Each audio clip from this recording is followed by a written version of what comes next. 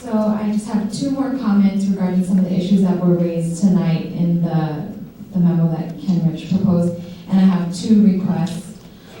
So regarding affordable housing and our proposal in the youth and family zone for 100% affordable housing, the proposal that was discussed by Doug particularly was around inclusionary and increased inclusionary percentage, and we really see this as a commitment of the city to leverage the existing resources in affordable housing that exists in the South Market, and we know that this is going to take city, state, and federal resources to ensure that this becomes feasible as discussed.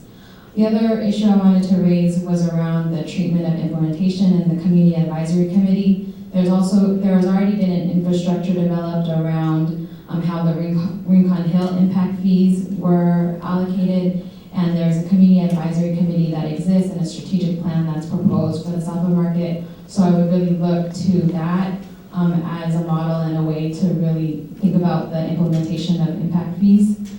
Finally, in closing, I had two requests. One was we want to ensure that this youth and family zone becomes part of the Eastern Neighborhoods Plan. As reported last week by Steve, we've met with planning staff informally regarding this, and we want to make sure that we work with them over the next 2 weeks to ensure that the language is there in the existing plan to incorporate our permitted and non-permitted uses, just to reinforce what Chris had just said.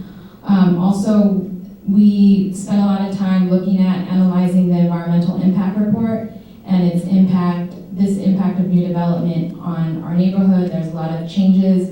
We want to make sure that there's time really for the public to consider the EIR and also what our concerns were. In September 2007, we submitted a letter to the Planning Commission regarding the environmental impact report. So we want to make sure at the next hearing that there is time for public comment